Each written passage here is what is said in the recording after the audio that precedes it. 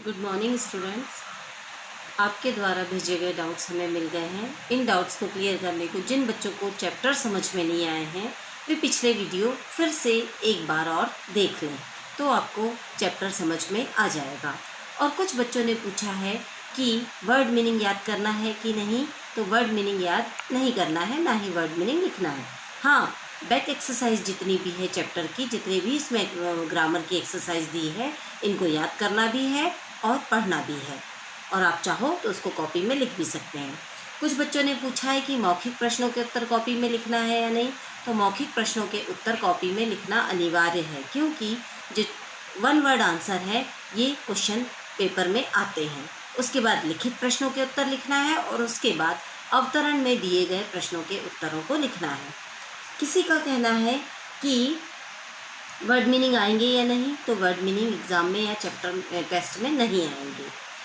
कुछ बच्चों को प्रश्नों के उत्तर नहीं मिले हैं, तो आप चाहो तो जो गूगल ड्राइव है उसकी लिंक पर जाकर आप प्रश्नों के उत्तर दोबारा देख सकते हैं। उसमें सारे प्रश्नों के उत्तर दिए गए हैं, लिखे हुए हैं।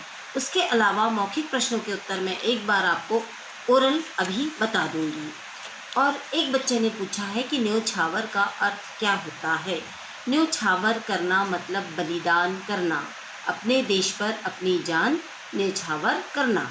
जैसे हमें अपने देश के लिए अपनी जान की परवाह नहीं करना चाहिए, जान की बाजी लगा देना चाहिए। तो न्योछावर करने का मतलब होता है बलिदान करना।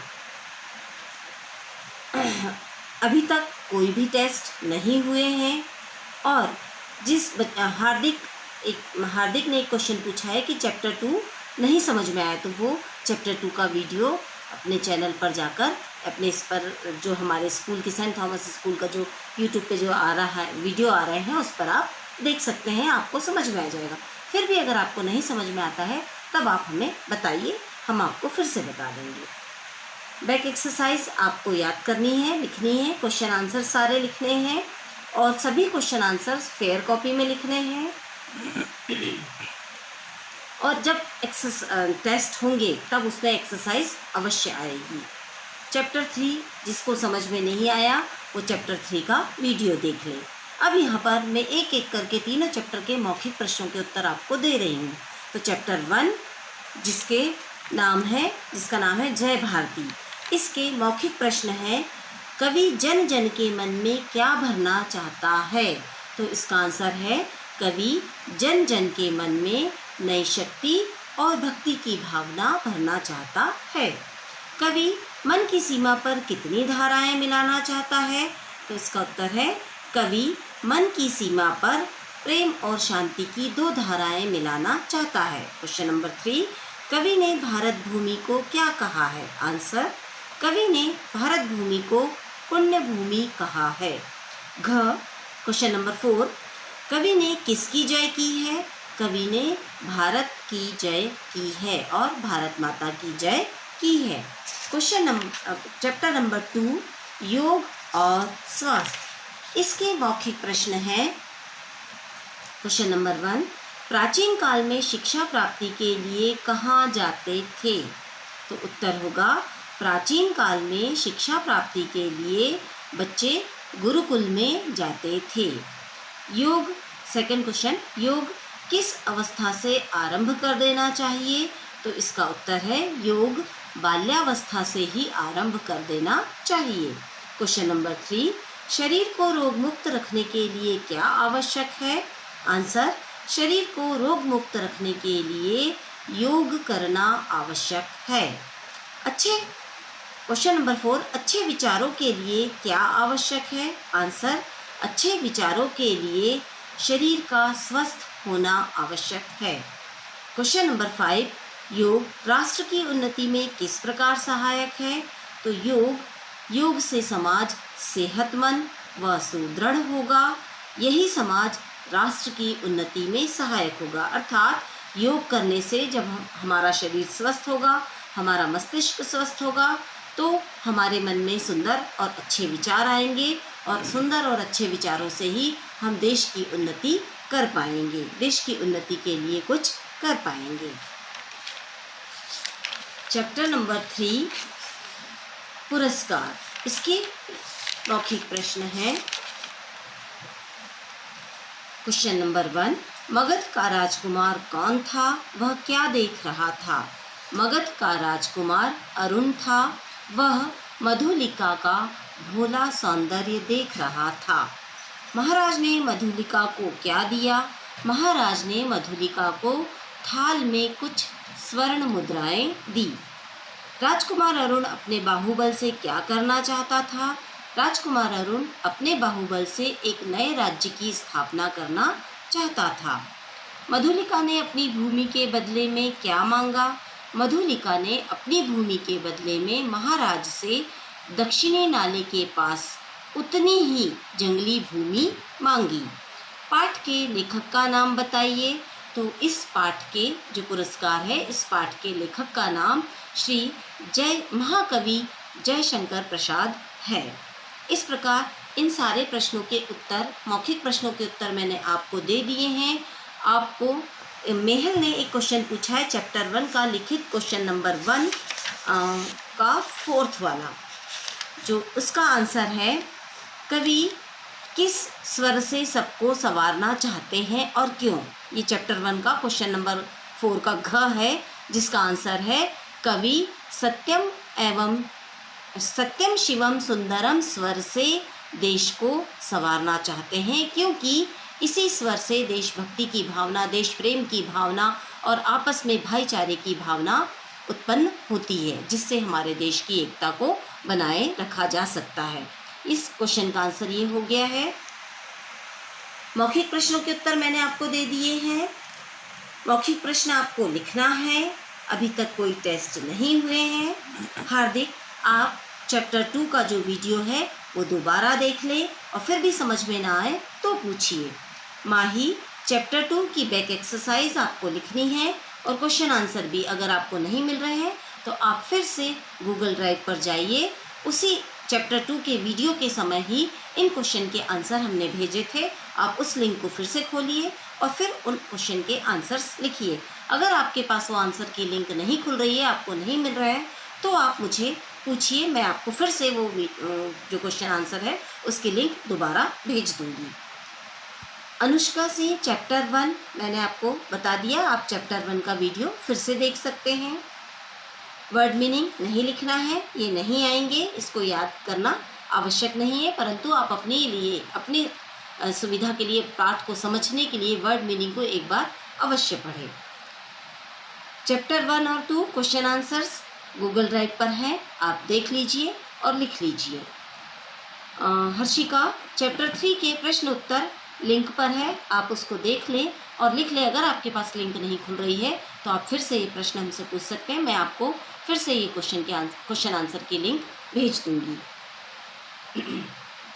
एक्सरसाइज टेस्ट में ज़रूर आएगी, उसको पढ़ना है, एग्ज़ाम में भी आएगी, क्योंकि हमारे पास दूसरी कोई ग्रामर बुक नहीं है। जो ग्रामर है हम इसी में पाठ के पीछे जो ग्रामर दी गई है उसी को पढ़ रहे हैं और उसी में से ग्रामर का पोर्शन आएगा। इसके अलावा जो ग्रामर आएगी, जैसे अनसीन पैसेज, पत्र, निबंध, अनुच्छेद, ये सब हम आपको अलग से बताएंगे। बाकी आपके सारे, मुझे लगता है मैंने सारे डाउट्स आपके क्लियर कर दिए हैं। अगर आपको नहीं समझ में आते हैं तो आप फिर से एक बार पूछ लीजिएगा। अभी सारे डाउट्स क्लियर हो गए हैं, तो हम आगे के अपने चैप्टर पर चलते हैं। चैप्टर 4 मैंने तैरना सीखा, इसको हम आधा समझ चुके हैं, अब हम और आगे का इसको समझेंगे। उत्तर प्रदेश में 2 नदियाँ बहती है, गंगा और यमुना। ये हम सभी जानते हैं कि उत्तर प्रदेश में 2 ये बड़ी नदियाँ जिनका बहुत ही महत्व है और हमारे देश में महत्वपूर्ण स्थान है, ये नदियाँ बहती है, जिनका नाम है गंगा और यमुना। यमुना के किनारे रहने वाले रासलीला करते हैं और यह शुरू से, बहुत समय से, हमारे पीढ़ियों से, मतलब हम पुराने समय से अपने पूर्वजों से भी ये जानते आ रहे हैं कि यमुना के किनारे रहने वाले लोग रासलीला करते हैं, अर्थात गरबा वगैरह जो होता है। रासलीला का अर्थ जैसे कृष्ण की लीलाओं को देखना और कृष्ण की जिस प्रकार से लीलाएं करते थे उस प्रकार की लीलाएं करना, ये होता है रासलीला। तो वहाँ के उस किनारे के लोग, क्योंकि यमुना नदी के किनारे कृष्ण का जन्म हुआ था, कृष्ण वहाँ पर रहे और कृष्ण ने अपनी लीलाएं वहाँ पर लोगों को दिखाई और उस जिस प्रकार वे लीलाएं करते थे उसी प्रकार की लीलाएं आज भी वहाँ के लोग करते हैं और अपना मनोरंजन करते हैं और अपनी भक्ति की भावनाओं को प्रकट करते हैं। उसी प्रकार गंगा के तट के निवासी गंगा की पूजा के अभ्यासी हो जाते हैं। मतलब गंगा के किनारे रहने वाले लोग गंगा पवित्र और पुण्य मानी जाती है, जो हमारे पापों को दूर करने वाली मानी जाती है, तो उसकी पूजा करते हैं और सभी लोग उसकी पूजा करने के अभ्यासी मतलब आदि हमेशा उसकी पूजा करना ही अपना पहला कर्तव्य समझते हैं।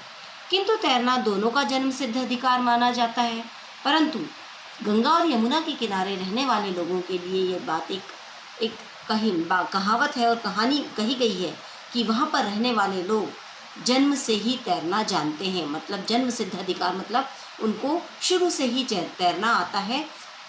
वहाँ के बच्चे तैरना जानते हैं। क्यों? क्योंकि नदी के किनारे रहकर वे अक्सर नदी के पास जाते आते हैं, तो उन लोगों को तैरना आ जाता है और वो अपने आप ही तैरना सीख जाते हैं। कुछ लोग तैरना दूसरों से सीखते हैं और कुछ अपने आप ही तैरना सीख जाते हैं। कहते हैं इन दोनों पवित्र सरिताओं का निवासी यदि तैरना ना जानता हो तो वह वैसा ही है जैसे टेक्सास के किनारे का रहने वाला बॉल डांस ना जानता हो। अर्थात यहाँ बताया गया है कि इन दोनों जो पवित्र नदियाँ हैं, इनके किनारे रहने वाले, सरिता मतलब नदी, इनके किनारे रहने वाले लोगों को अगर तैरना नहीं आता तो उनको इस तरह से कुछ उलाहने, कुछ दूसरे देशों के लोगों को जो वहाँ का प्रसिद्ध लोक नृत्य हो या गाना हो या जो भी कुछ डांस हो, वो वहाँ हर व्यक्ति को करना आता ही है। वो आता है, वैसा अगर नहीं आता है तो वो मतलब उस विषय में अपने देश के विषय में, अपने नदी के किनारे रहने के विषय में कुछ नहीं जानता। इस तरह से उन्हें कहा जाता है कि अगर उन्हें तैरना नहीं आता है तो उसी प्रकार है जैसे टेक्सास के किनारे रहने वाले लोग बॉल डांस करते हैं, अगर उनको वो नहीं आता है अर्थात वो वहाँ के रहने के योग्य नहीं है। जैसे मिसिसिपी नदी के किनारे रहने वाले लोग रॉक एंड रोल एक प्रकार का डांस है, गाना भी है, उसमें साथ में गाना और डांस दोनों होते हैं। ये वहाँ के जो मिसिसिपी नदी के किनारे के लोग रहते हैं वे सब इसको बहुत अच्छे से जानते हैं। टेक्सास के किनारे के लोग, जो टेक्सास नदी है उसके किनारे के लोग बॉल डांस को जानते हैं। और उसी प्रकार राइन का पानी पीने वाले व्याकरण ना जानता हो, राइन नदी का पानी पीने वाले को व्याकरण बहुत अच्छे से आती है, अगर वो वहाँ रहता हो और उसको अगर ये नहीं आता है तो ये उसी प्रकार हो गया कि गंगा और यमुना के किनारे रहने वाले लोगों को तैरना नहीं आता। विधि का कुछ ऐसा विधान हुआ कि इस बार मेरा जन्म गंगा के किनारे काशी नगर में हुआ। अब लेखक यहाँ अपनी कहानी बता रहे हैं कि उनका जो जन्म है वो गंगा के किनारे काशी में हुआ। उन्होंने बताया कि ईश्वर की इच्छा से, ईश्वर ने चाहा कि मेरा यह जो जन्म है वो काशी के किनारे हुआ, काशी में हुआ, गंगा के किनारे। काशी का महात्म्य हमसे पहले के लोग भी कह गए। काशी कितना महत्वपूर्ण है ये हमारे पूर्वजों ने भी हमें बताया है और सभी इसके महत्व के बारे में जानते हैं। मैं केवल यदि उसमें जोड़ना चाहता हूँ तो केवल इतना कि काशी अब वाराणसी हो गया है। लेखक केवल इतना ही बताना चाहते हैं कि पहले जो पुराने समय में काशी नगरी थी उसका नाम वर्तमान में वाराणसी हो गया है, उसको वाराणसी के नाम से जाना जाता है। यहाँ का लंगड़ा बहुत दूर दूर तक पहुँच जाता है। यहाँ कहावत है कि यहाँ अगर कोई लंगड़ा व्यक्ति भी है तो वो इतना विद्वान और हर का अपने काम में दक्ष होता है कि वो बहुत दूर दूर तक पहुँच जाता है। इसके आगे अब हम अगले वीडियो में पढ़ेंगे और जो आपको नहीं समझ में आ रहा है आप लोग पूछिए। Thank you.